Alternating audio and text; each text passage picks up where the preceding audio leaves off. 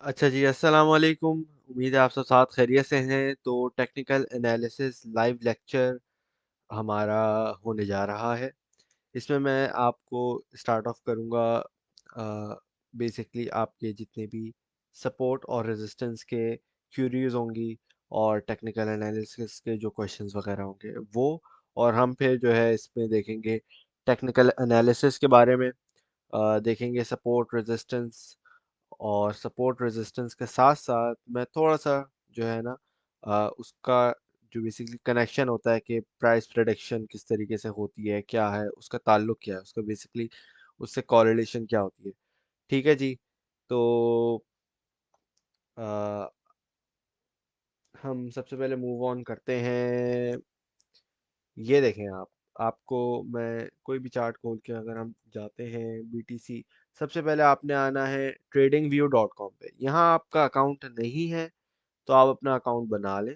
ठीक है, नॉर्मल कहीं आप गूगल वगैरह पे साइन अप करते हो, ईमेल और पासवर्ड डालते हो।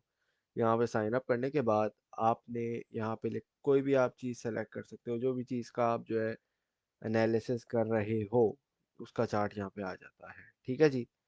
तो इसके बाद हम जो है फुल चार्ट को देखने से पहले एक चीज़ ज़रा मैं आपको बताऊं, जो कि हमारी ये सपोर्ट और रेजिस्टेंस बेसिक से बेसिक चीज़ है।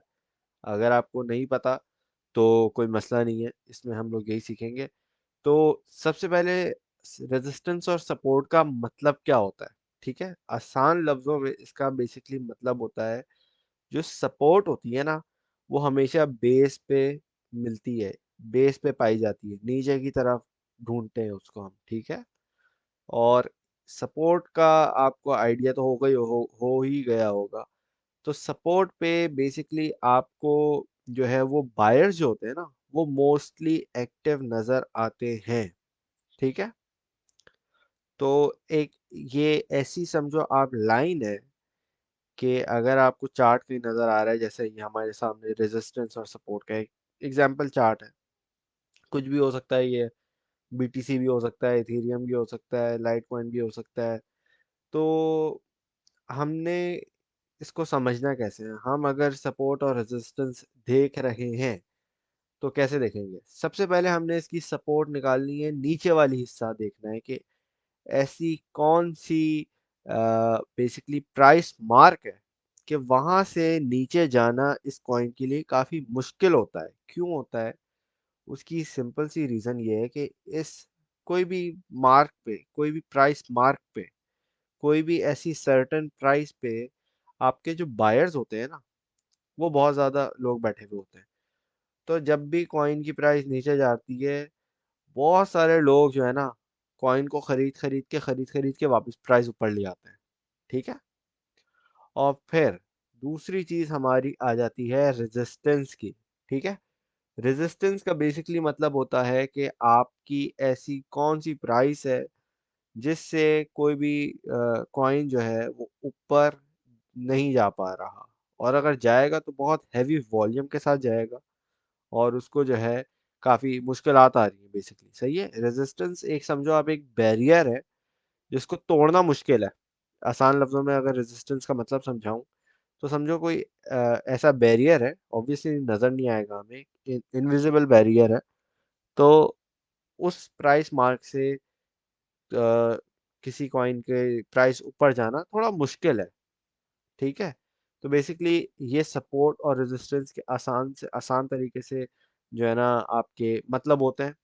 ठीक है, सपोर्ट जहाँ पे आपको सहारा मिलता है, जहाँ पे किसी कॉइन की प्राइस को सहारा मिलता है क्योंकि वहां पे बायर्स बैठे हुए हैं, खरीदार बैठे हुए हैं। ठीक है, सिंपल एज दैट। और रेजिस्टेंस ऐसी प्राइस होती है, प्राइस मार्क ऐसा, ऐसी प्राइस वो मार्क होता है उस पे जहाँ पे आपके जो सेलर्स हैं, कि बेचने वाले बहुत बैठे हुए हैं। सही है, तो ये चक्कर रहता है सारा सपोर्ट और रेजिस्टेंस का। ठीक है, अब इसके अंदर मेजर और माइनर सपोर्ट भी आ जाती है, मेजर और माइनर रेजिस्टेंस भी आ जाती है। मेजर का मतलब होता है बड़ी, मतलब कोई हैवी रेजिस्टेंस होती है। तो मतलब है कि यार ये ऐसा प्राइस मार्क है कि इसके ऊपर प्राइस जाना बहुत ही मुश्किल है। सही है, बहुत ही कोई मुश्किल प्राइस मार्क है। समझ रहे हो आप बात, तो ये सारा चक्कर है। इसके साथ साथ अगर हम देखें और सब मेजर सपोर्ट भी यही होगी कि यार एक सर्टेन प्राइस से नीचे जाना जो है ना, प्राइस का, किसी भी फलाना फलाना कोई भी कॉइन हो सकता है, XYZ, तो उस प्राइस मार्क से नीचे प्राइस नहीं जा सकती, बड़ी मुश्किल से जाती है। और अगर जाती है तो फिर वो वापस ऑब्वियसली, क्योंकि वो हैवी सपोर्ट है, तो वो जो है उससे वहां से ऊपर वापस बाउंस बैक कर जाती है, अगर वहां नीचे तक टच करती है तो। ठीक है। तो जैसे हम ये जो एरो बने हुए, 1 2 3 4 5, 5 एरो बने हुए हैं थोड़े, तो ये जो है आपकी सपोर्ट और रेजिस्टेंस आपको दिखा रहे हैं। ये देख रहे हैं आप कैंडल्स, ये जो कैंडल है, ये जो मोटा वाला हिस्सा होता है, इसको हम कहते हैं बॉडी। ये है कैंडल की बॉडी। ठीक है। और ये डंडियां जो निकल रही है ना, पतली पतली, कुछ जगह छोटी है, कुछ जगहों पे लंबी लंबी है, इनको कहते हैं विक या फिर शेडो। सही है। साया वाला शेडो होता है, या विक, दो, कुछ भी कह लो आप इसको। ठीक है।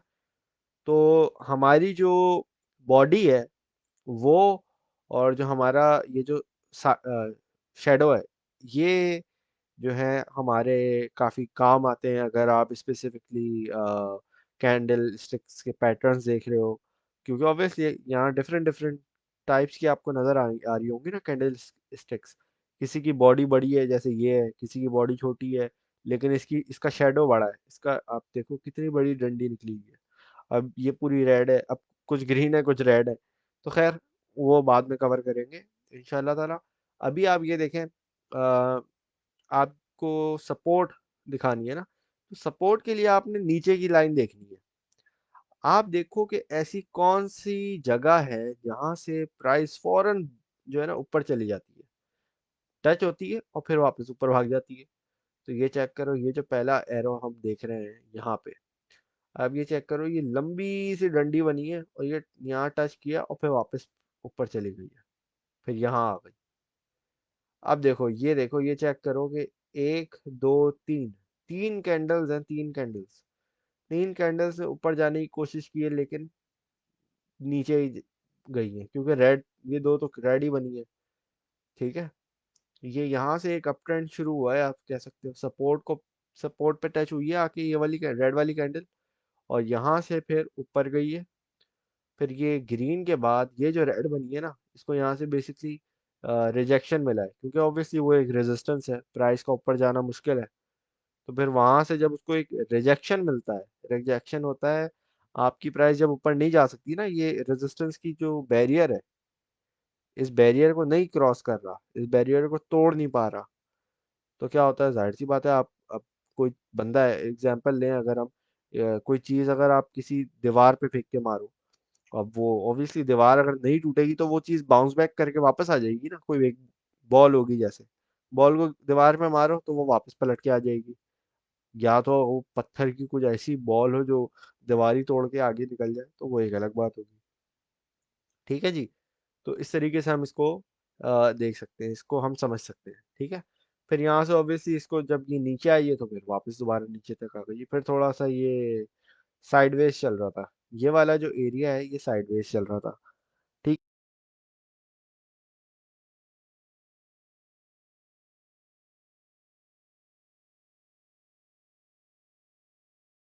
बाइंग करना रेकमेंडेड नहीं होता, ऐसे जोन के अंदर एंट्री लेना अच्छा नहीं होता। क्यों?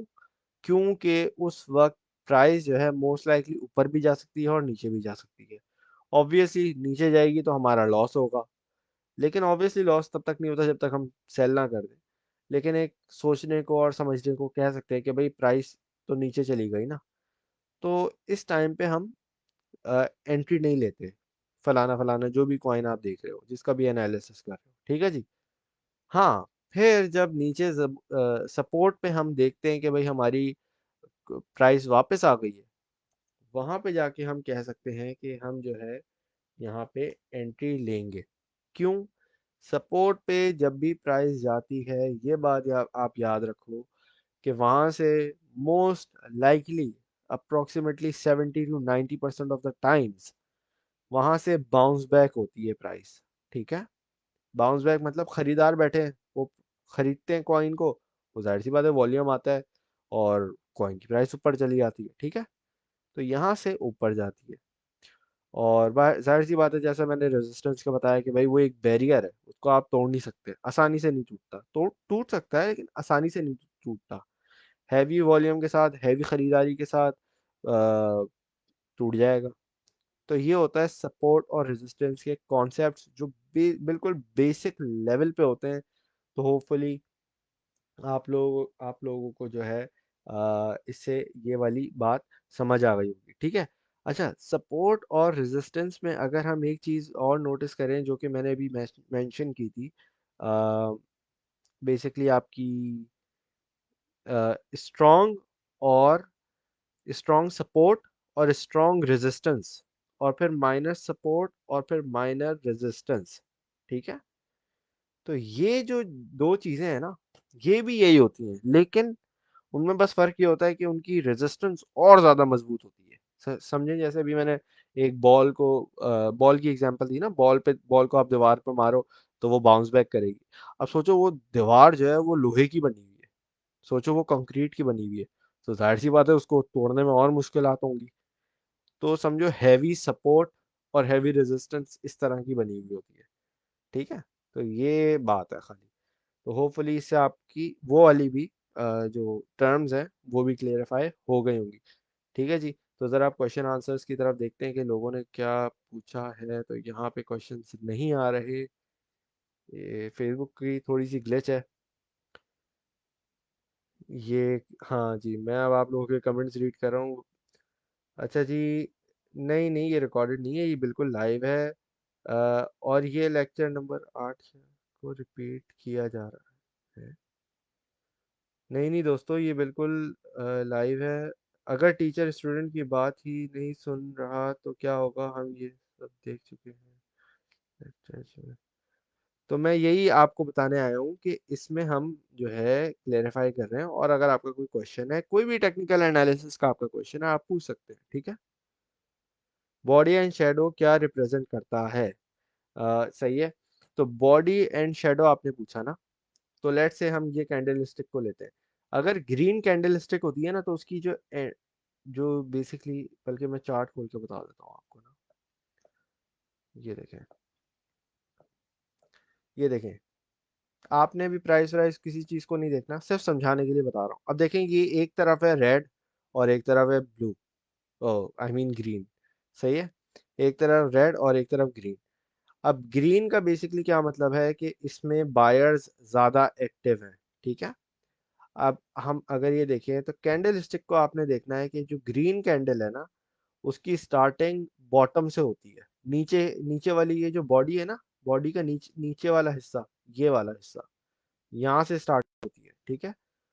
और फिर वो ऊपर जाती है और फिर जो क्लोजिंग होती है वो ऊपर होती है, तो ये ग्रीन बन जाती है, ठीक है। रेड वाली कैंडल स्टिक जो है उसकी स्टार्टिंग ऊपर से होती है, यहाँ से ऊपर से स्टार्ट हुआ, और फिर नीचे की क्लोजिंग होती है, ठीक है। तो ये फर्क होता है आपका बॉडी का और कैंडल। ये जो शेडो है, शेडो का बेसिकली मतलब होता है आपकी ये जो बेसिकली प्राइस है वो कितने नीचे तक या कितने ऊपर तक गई है।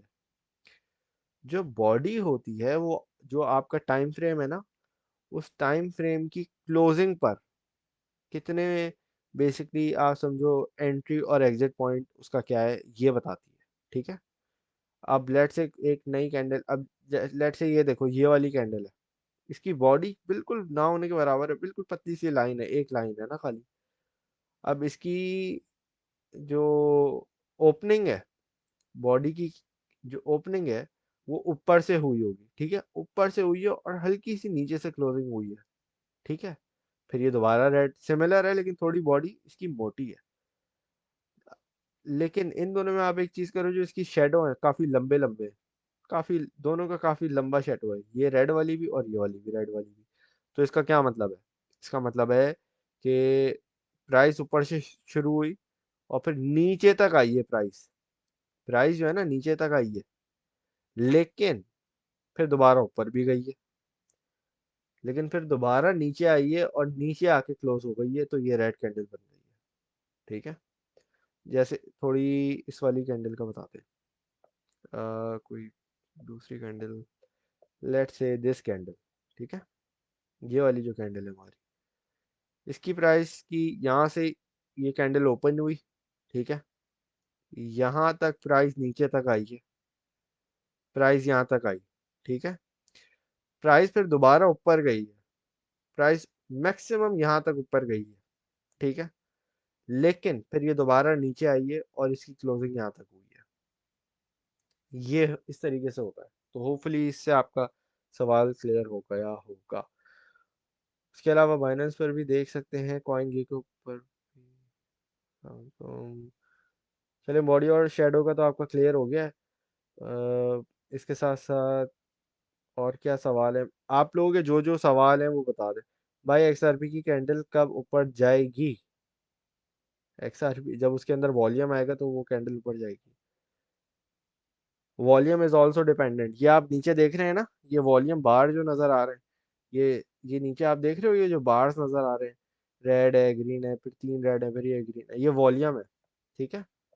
तो इस तरीके से आप वॉल्यूम भी एनालाइज कर सकते हो। How to predict after watching EMA, MA and RSI के ट्रेड ले जाएं या अभी वेट करें, कि ट्रेड ली जाए या अभी वेट करें।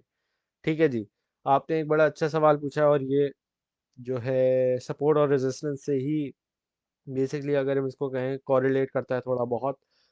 और मैं ज़रा यहाँ पे आ जाता हूँ, कोई भी बीटीसी ले लेते हैं, कुछ भी ले लेते हैं हम, ठीक है। तो हम अगर इसको देखें, ये चार्ट ज़रा खुल जाए, लोड हो जाए, ठीक है जी। तो अगर हम ये चेक करें, एक सेकंड रुक जाए, मैं ज़रा चार्ट खोल लूँ। बीटीसी यूएसडीटी, बीटीसी का चार्ट खोल लिया हमने। अच्छा जी, अब आप पूछ रहे हैं कि एंट्री पॉइंट हमें कैसे पता चलता है ना।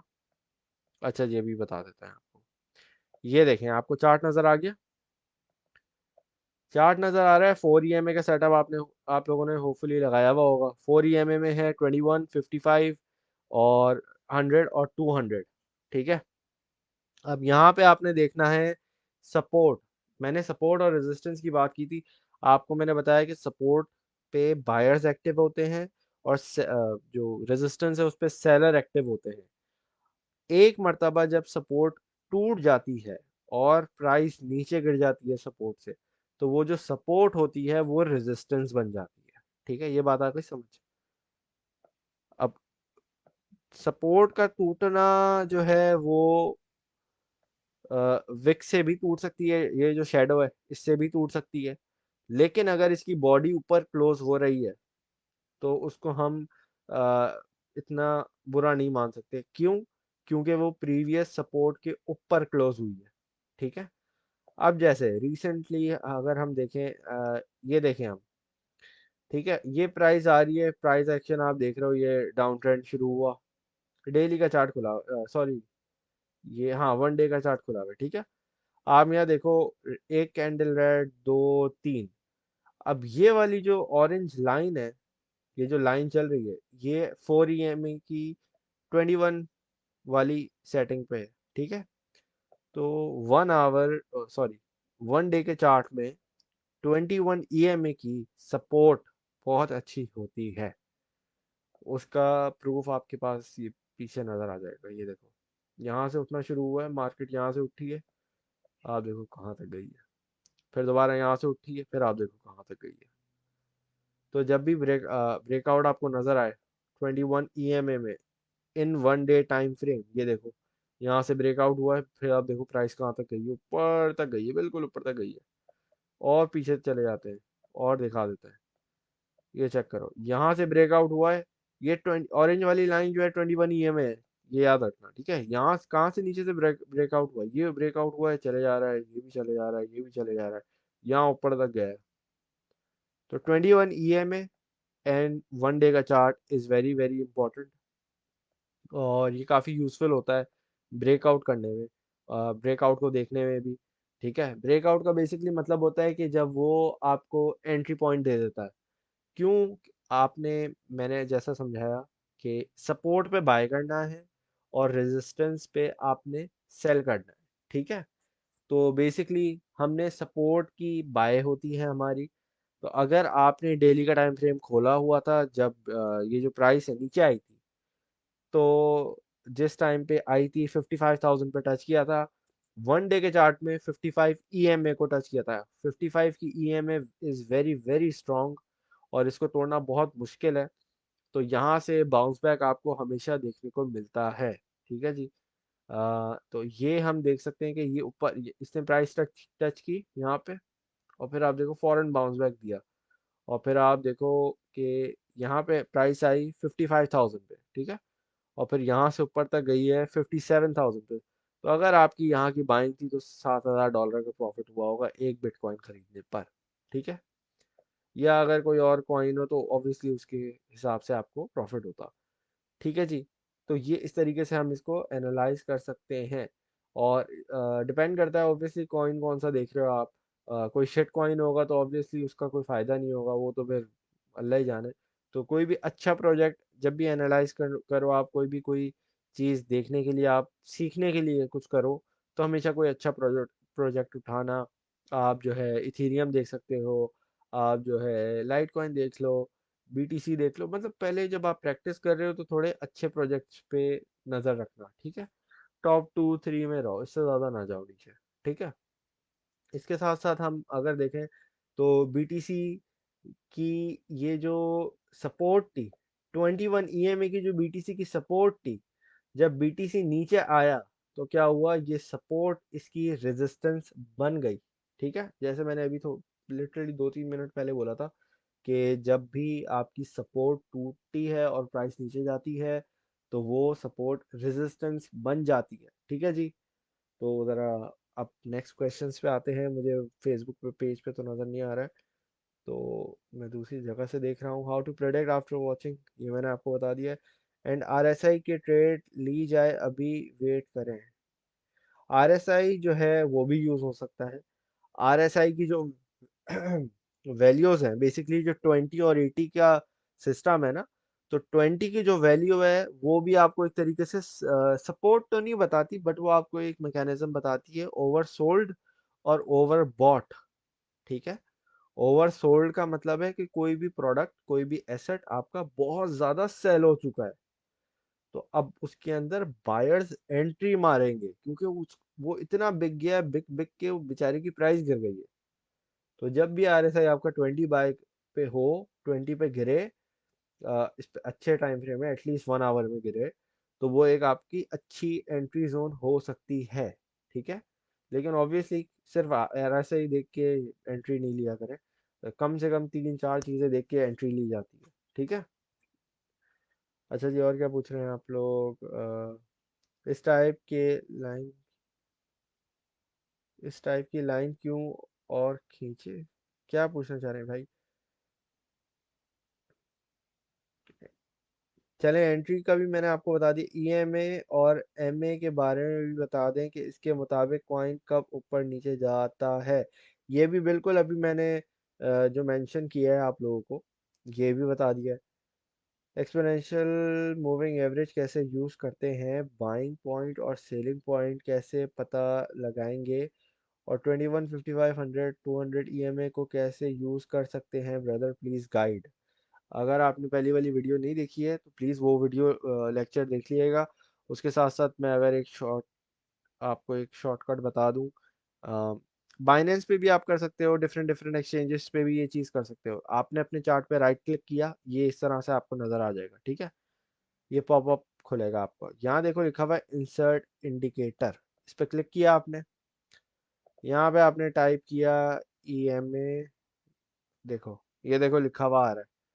पहला जो नंबर है ना, नीचे वालों को छोड़ दो, ये जो लिखा हुआ आ रहा है ना, मूविंग एवरेज एक्सपोनेंशियल, इस पे क्लिक करो। ये देख रहे हो, ये यहाँ इस साइड पे देखो, ये देखो खुल गया, एक नया खुल गया। और यहाँ भी देखो ये लाइन खुल गई। इस पे दोबारा क्लिक कर दो, और क्लिक कर दो, और क्लिक कर दो, ये देख रहे हो खुल गए, ये सारे खुल गए। इसके बाद आपने क्या किया, इस पे ये देखो सेटिंग है ना, ये फॉर्मेट का साइन बना हुआ है, इस पे क्लिक करी किया आपने। और यहाँ पे देखो लेंथ है, लेंथ पे 21, एक मिनट, 21 किया, एंटर कर दिया। इसी तरीके से आपने सेटिंग कर ली, ऑब्वियसली मैंने तो पहले से की हुई है तो मुझे करने की ज़रूरत नहीं है, तो मैं बाकी के बंद कर दूंगा। ठीक है जी, इस तरीके से होता है ये। What is the best time for entry? जब भी कोई चीज़ अपनी सपोर्ट को टच करे और अच्छी सपोर्ट हो, वो एटलीस्ट 4 आवर के टाइम फ्रेम में और कम से कम 1 आवर के टाइम फ्रेम में, 1 डे का ज़बरदस्त होता है, तो वो टाइम जो है वो एंट्री के लिए अच्छा होता है। आप हमें कितने इंडिकेटर सिखाएंगे? हैं तो बहुत ज़्यादा जी। ये बात बिल्कुल ठीक है। ये अगर आप इंडिकेटर्स खोल के देखो तो हज़ारों इंडिकेटर, सही है, लेकिन हर मार्केट के अंदर हर इंडिकेटर काम नहीं आता। तो फिलहाल आप लोगों को जो है बेस्ट तरीन चीज़ें सिखाई जा रही हैं। आपको समझो एक हिडन जेम्स, जो छुपा हुआ ख़जाना है, वो आपको सिखाया जा रहा है, ताकि आपकी जो लर्निंग है वो मैक्सिमाइज हो। ठीक है जी। जिसमें ईएमए आपका आता है, आरएसआई आता है, और अभी के हिसाब से जो हमारे जो 4 ईएमए का सेटअप है ये बहुत अच्छी परफॉर्मेंस दे रहा है। और इसके साथ साथ अगर आप आरएसआई को यूज़ करना चाहो, देख सकते हो आप उसको, भी प्रैक्टिस कर सकते हो। प्रैक्टिस तो ऑब्वियसली सारे करो। असद भाई डाइवर्जन का भी बताएं, आरएसआई में लाइक आरएसआई नीचे आ रहा हो और प्राइस बढ़ रही हो, सेकंड फेक प्राइस अप होना डंप होने से पहले, काइंडली वो भी बताएं। जी बिल्कुल, डाइवर्जेंस का भी होता है। और डाइवर्जेंस में बेसिकली हिडन डाइवर्जेंस भी होती हैं। बेसिकली वो डिफरेंट पैटर्न्स फॉर्मेशन होती है आप जब एनालाइज करते हो आरएसआई वगैरह को। लेकिन अभी हम जो है इसके बारे में बात कर रहे हैं, तो इसका वो भी इंशाल्लाह कवर हो जाएगा। इसका अगर कोई सवाल है, क्योंकि वो बिल्कुल ही एक थोड़ा डिफरेंट टॉपिक हो जाएगा ना डाइवर्जेंस पे अगर हम चले जाएं। तो अभी आरएसआई और मूविंग एवरेज की बात कर रहे हैं, तो वो इससे अभी पूछ लें आप कुछ, अगर है आपका कोई भी सवाल। भाईजान आप गाइड करें कि बाइनेंस पे कौन सा कॉइन बाय करें, कि अब मेरे भाई अभी आप टेक्निकल एनालिसिस का सवाल पूछें प्लीज़। टाइम कैसे पता चलेगा कि एक कॉइन इग्नी टाइम पे ऊपर जाएगा? अच्छा जी, ये भी आपने बड़ा अच्छा सवाल पूछा है, और इसका जवाब है कि जब भी आपकी टाइम फ्रेम आपने देखना पड़ता है। ठीक है, जितना छोटा टाइम फ्रेम होगा ना, उतना थोड़ा रिस्की तो नहीं कह सकते, थोड़ा सा रिस्की भी होगा। लेकिन जितना छोटा टाइम फ्रेम होगा उतने जल्दी चांसेस होंगे कि टाइम का वो जल्दी अचीव कर ले आपने जो भी बाय किया है, जो भी आपका टारगेट है। ठीक है, और ज़रूरी नहीं है कि जितना बड़ा टाइम फ्रेम होगा उतना लेट होगा, लेकिन टाइम फ्रेम जो है आपका वो काफ़ी चीज़ें डिफाइन करता है। What is EMA please explain? मैंने यही इसी वीडियो में एक्सप्लेन कर दिया है। प्लीज़ इसको ना रिवाइंड करके देख लीजिएगा। ब्रदर एक्सपोनेंशियल मूविंग एवरेज कैसे यूज़ करते हैं? बाइंग पॉइंट और सेलिंग पॉइंट कैसे होगा अगर 21 ईएमए? हाँ, ये मैंने देखें, ये मैंने आपको बताया ना, 21 ईएमए है ना, उसके बाद 55 ईएमए, उसके बाद 100 है, उसके बाद ये रही 200। ठीक है, अब समझो ये चार आपके सपोर्ट जोन है। ठीक है, ये जो चार लाइन है ये आपकी चार तरह की सपोर्ट प्रोवाइड कर रही है। ठीक है, आपने ये देख लिया। इसके बाद आपने देखना है कि आपकी सपोर्ट पे जो प्राइस है वो कब आती है। जब भी सपोर्ट पे प्राइस आए आपने बाय कर लेना है। ठीक है, 20, और हमेशा पार्ट्स के अंदर बाइंग होती है। ये नहीं कि अगर लेट से आपके पास $100 है, $1000 है, जो भी आपका फंड है, वो आप बेहतर जानते हो। तो आपने एक कॉइन के अगर आप ट्रेड कर रहे हो, एक कॉइन आपके पास $1000 है, आपने उसके 10 हिस्से कर लिए, 10 हिस्सों में से एक हिस्सा है $100 का। आपने क्या किया, $20 लगा दिए फिर 21 ईएमए पे, $20 लगा दिए 55 ईएमए पे, $20 लगा दिए यहाँ पे। आपके $60 की एक कॉइन आपने कोई उठा लिया, कुछ भी हो सकता है वो। ठीक है, अब वो जब आपने उठा लिया, तो आपने कुछ ना कुछ कम से कम $15-20 तो स्पेयर में रखना है कि भाई अगर वो और नीचे गिरता है तो आपके पास स्पेयर फंड हो कि उसको आप और डिप में बाय कर सको। ठीक है, इस तरीके से आप हमेशा पार्ट्स में बाय करो और पार्ट्स में सेल करो, और सपोर्ट पे उठाओ। ये देखो ना, जैसे मैंने अभी ये बीटीसी का बताया, बीटीसी कहाँ तक गिरा? वैसे तो गिरा बीटीसी था 50,000 तक, 50,900 800 तक। ठीक है, लेकिन अगर आपकी बाय बिड यहाँ लगी हुई होती या आपने बाय कर लिया होता, तो आप देखो आप कहाँ तक सेल कर सकते थे। एक बीटीसी अगर आप खरीदते हैं $55,000 पे या $56,000 पे, तो आप ये देखो कहाँ पे सेल करते हैं। 57, चलो 57 नहीं तो आप 56 पे भी अगर सेल करते हैं, तो एक बिटकॉइन से $5,000 का विद इन 24 आवर्स आपका प्रॉफिट निकल जाता। तो इस तरीके से आप बाय कर सकते हो। सपोर्ट पे बाय करना है, और रेजिस्टेंस से पहले आपने सेल करना है। ठीक है जी। भाई इंडिकेटर्स की सेटिंग कहाँ रखनी है according to time setup means day week monthly का हिसाब से बता दें। अगर आप एनालिसिस के लिहाज से पूछ रहे हो कि भाई आपने कौन सा टाइम फ्रेम एनालाइज करना होता है, मतलब कौन सा बेहतर रहता है, तो यार आप देख सकते हो अपना, कम से कम आप 15 मिनट से स्टार्ट करो, 15 minutes, 1 hour, 4 hour, 1 day and weekly के चार्ट, और 3 डे का भी चार्ट आप देख सकते हो। ठीक है जी। भाई ऑर्डर बुक और डेप्थ का बताएं, बाइनेंस से कैसे रीड करें वो। नहीं नहीं नहीं नहीं, वो एवी दिखाने के लिए है, उसको एनालाइज नहीं करना। सर बाइनेंस पर आरएसआई और एमए कैसे यूज करें, जिस तरीके से मैंने वीडियो में बता दिया है वैसे तो। देखें, आपने राइट साइड पे क्लिक किया, राइट क्लिक किया आपने, ये लिखा हुआ है इंसर्ट इंडिकेटर, यहाँ पे आपने लिखा आरएसआई, टॉप वाला है आपका रिलेटिव स्ट्रेंथ इंडेक्स, इस पर क्लिक किया, ये आपका आरएसआई भी खुल गया नीचे। ठीक है, फिर यहाँ आपने सेटिंग, इसकी जो सेटिंग है, एक मिनट ये, ठीक है, फॉर्मेट क्लिक किया, स्टाइल पे आए, अपर लिमिट को आपने कर दिया 80, नीचे वाले को कर दिया 20। ठीक है, इस तरीके से कोई भी आप इंडिकेटर लेके आ सकते हो। तो आप ये देख सकते हो कि ये इसमें किस तरीके से चल रहा है। ठीक है, इसको आप लोअर टाइम फ्रेम में भी देख सकते हो, ये दोनों इंडिकेटर आपके आ गए लोअर टाइम फ्रेम में। अब आप ये चेक करो कि 4 आवर के टाइम फ्रेम में ये कहाँ तक आया है, ये आया है 23 तक, 23.87 तक। तो ऑलमोस्ट 20 तक अगर ये आ जाता तो एक ही अच्छी बाइंग हो जाती। ठीक है, कोई मसला नहीं है। हाँ, अगर आपने बोला यार चलो 25 के भी नीचे आ गया, थोड़ा सा यहाँ बाय कर लेता हूँ, तो आपका अभी आप प्रॉफिट में बैठे होते हैं। ठीक है, इस तरीके से भी देख सकते हो। और आप फिर ऑब्वियसली हायर टाइम फ्रेम में, आप 1 डे के उसमें भी तो आप देख रहे हो ना कि यार ये 1 डे के टाइम फ्रेम में 21 ईएमए को ब्रेक करके अपना 55 मूविंग एवरेज पे ये आके बैठा है, और यहाँ से ऑब्वियसली कुछ ना कुछ तो पंप होगा ना, कुछ ना कुछ तो बाउंस बैक करेगा ना। और जाहिर सी बात है, फिर उसने बाउंस बैक किया है। अगर ईएमए के चारों लाइंस ऊपर हो और इंडिकेटर्स कैंडलस्टिक्स नीचे बन रही हो, तो उसका क्या मतलब होता है और क्या करना चाहिए उस वक्त। बड़ा अच्छा सवाल है, ये अभी 4 आवर के चार्ट में नजर आ रहा था। ये देखो, ये इस तरीके से की बात कर रहे हैं ना आप।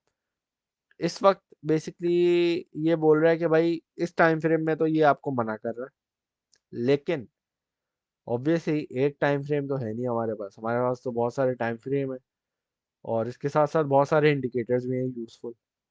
आरएसआई भी है, ये भी है, मूविंग एवरेज भी है। तो आपने क्या किया, आपने बोला अच्छा चलो यार, तभी एनालिसिस के लिए मैंने आपको 4-5 टाइम फ्रेम बताए, एक नहीं बताया। ठीक है, अब देखो 15 मिनट्स में क्या हो रहा है, कुछ भी नहीं हो रहा। आपने बोला यार इसमें तो ये एंट्री अभी नहीं दे रहा, भाई चलो आगे चलते हैं। 1 आवर के चार्ट में गए, अच्छा जी, इसमें हमने देखा कि हो क्या रहा है। 1 आवर के चार्ट में देखो ये 20 के नीचे आ गया है, RSI 14 पे आके हमें बता रहा है, नहीं 13.75 तक, 6 तक आ गया। ठीक है, यहाँ पे एंट्री बनती है 1 आवर के चार्ट से। एक हमें इंडिकेशन मिल गई है, वो है RSI 1 आवर के चार्ट में। ठीक है, सिर्फ समझ, अभी बिल्कुल बेसिक वाली जो चीज़ है ना वो हम देख रहे हैं। ठीक है, इसके बाद हम गए टाइम फ्रेम का, बता रहा हूँ खाली 4 आवर के चार्ट में, कि किस टाइम फ्रेम में हमें मूविंग जो इंडिकेटर्स हैं इनसे एंट्री का पॉइंट मिल रहा है। 4 आवर के चार्ट में ये 23 तक है, कह सकते हैं कि हाँ सही है, 20 के करीब ही है, 3 तो ऊपर है, सपोर्ट जोन से 3 ऊपर है। और तो यहाँ पे कह सकते हैं एंट्री है हमारी। ठीक है, अब डेली के टाइम फ्रेम में अगर हम देखें, डेली का टाइम फ्रेम मेरे ख्याल से सूटेबल है एंट्री के लिए। तो यहाँ पे अगर हम चेक करें तो यार ये हमें कहता है कि भाई 55 की ईएमए को सपोर्ट बना के बाउंस बैक दिया है, तो जाहिर सी बात है कि अ, आपकी डेफिनेटली एक जो है बाइंग की एंट्री क्विक आपका स्कैल्प मिलता था यहाँ पे। ठीक है, तो अगर आप लाइव बैठे हुए हो, मार्केट गिर रही है, आपके पास एनालिसिस है, आपने एक आध महीना प्रैक्टिस की हुई है, आपको पता है, आपने पेपर पे प्रैक्टिस की हुई है, तो आपको पता है कि यार हाँ यार सपोर्ट पे मैंने बाई किया तो थोड़ा बहुत बाउंस होगा और मैंने उस बाउंस पे सेल करना है। ठीक है, और पार्ट्स में आप सेल करते रहो, बात खत्म। तो इस तरीके से जो है आप जो है बाइंग सेलिंग कर सकते हो। ठीक है जी। सर आरएसआई की रेजिस्टेंस का बताएं। हाँ, आरएसआई की रेजिस्टेंस बेसिकली ये जो 20 है ये सपोर्ट है, और जो 80 है रेजिस्टेंस है। 20 की बाइंग और 80 की सेलिंग ये इंपॉर्टेंट होती है।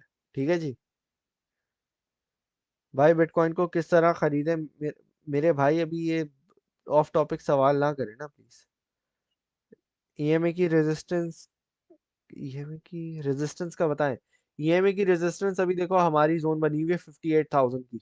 58,500 बनी हुई है, क्यों? क्योंकि ये 21 ईएमए को फॉलो कर रहा है। 21 ईएमए हमारा जब ब्रेक डाउन हुआ था यहाँ से, जब बीटीसी ने ब्रेक डाउन किया था, तो वो सपोर्ट जो थी 21 ईएमए की वो अब रेजिस्टेंस बन चुकी है। तो बेसिकली सपोर्ट और रेजिस्टेंस के बीच में बैठा हुआ है बीटीसी। 55 की सपोर्ट है और 21 की रेजिस्टेंस है। ठीक है, हैवी वॉल्यूम के साथ ये आराम से ब्रेक कर सकता है, और जाहिर सी बात है फंडामेंटल्स भी आ जाते हैं, वगैरह वगैरह चीज़ें भी आ जाती हैं, तो मोस्ट लाइकली वो ब्रेकआउट हो जाएगा। ठीक है जी। और इस तरीके से जो है हम ऑब्वियसली मार्केट को भी उठता हुआ देखेंगे।